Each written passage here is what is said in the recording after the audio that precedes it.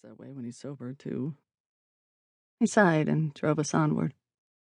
Not more than a quarter-mile farther, in an empty field of mud-matted grass, stood our destination. A whitewashed schoolhouse that looked like dozens of other schoolhouses I had already visited in my brief career as a traveling test administrator.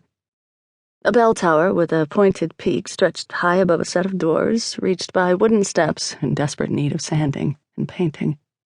I could practically smell all of the odors waiting for me within. Dusty blackboard chalk, damp shoes, a sooty fire and a potbelly stove, the sour stink of children who hadn't bathed in the past week. "Did you say the schoolteacher, Miss Simpkin, is your former sister-in-law?" I asked. "That's right." "Might I inquire what your current relationship with her and your ex-wife is like? Are you all on speaking terms?" Mr. O'Dare offered a strange smile that failed to involve those charming dimples of his. "As much as people can be in this sort of situation." "Miss Simpkin doesn't mind you coming to the school?" "Don't worry." He shifted the car into a lower gear. "You won't witness any squabbling. We're civil to each other, even if we all have different opinions on what's best for Janie."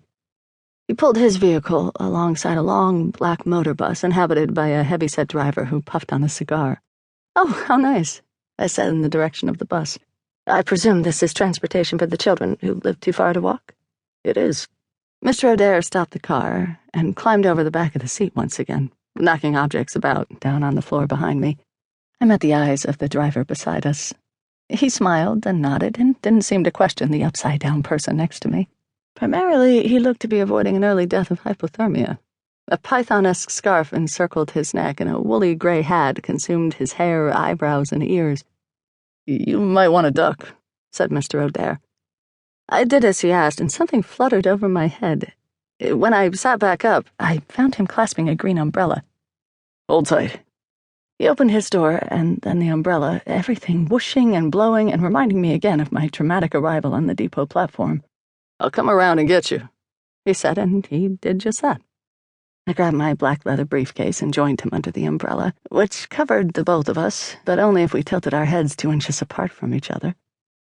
I smelled his rich shaving soap, a peppery, gingery aroma, and clutched my briefcase against my left side, doing my best not to look him in the eye at that close of a range. I once ended up in the bed of a fellow graduate student after sharing an umbrella in precisely that manner. We hurried up the short staircase, and after Mr. O'Dare tussled with the collapsing mechanism and closed the umbrella, we dove into a cloakroom that housed satchels, lunch pails, and jackets of various sizes and thicknesses. Through the open doorway to the classroom, I spied children sliding out of their seats at the wooden desks and gathering up books. They ranged in age from about 5 to 18. A mustached young man may have even been 19. And I moved my head about to try to see past the taller ones in the back and find a girl who may have been 7-year-old Janie O'Dare. One girl seemed a likely candidate. A wide-eyed thing with nut-brown hair cut just below her ears. She cradled her books against her chest with her shoulders stooped, and she lined up behind a red-headed girl with posture so impeccable that the brunette disappeared behind her, even though the brunette was taller. The children trooped our way, and I waited for Mr. O'Dare to introduce me to the hunched little urchin. "Hello, Daddy," said the redhead in front of her instead. "Hello, Janie." Mr. O'Dare scooped his arm around the confident-looking child and pulled her out of the line. The brunette fetched her coat and lunch pail with the rest of the children. "I want to introduce you to Miss Lind," said Mr. O'Dare, beaming down at his daughter. "She's a kind lady who will be helping out at your school for the next week or so."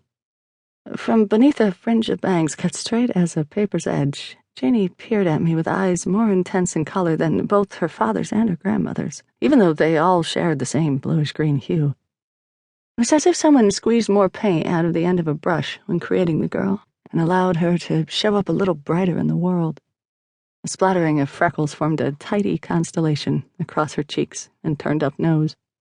"Hello, Janie." I offered my hand to her. "It's a pleasure to meet you." Janie maneuvered her books beneath her left arm and accepted my handshake. "I'm pleased to meet you, too." Her bobbed red hair swayed at her chin line. Her father kept a hand on her shoulder. "Miss Lind is here to give all of you children a fun test to see what you're best at." Janie peeked up at him with a grin that showed off a fascinating jumble of teeth, big ones, baby ones, and 3 missing eye teeth. "We already know what I'm best at, Daddy."